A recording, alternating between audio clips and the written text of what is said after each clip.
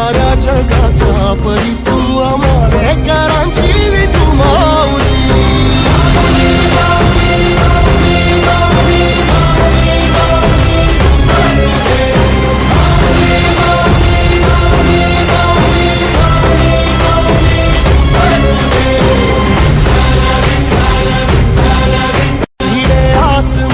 ध्वजा वैष्णवांची उभी पंढरी आज नानावली.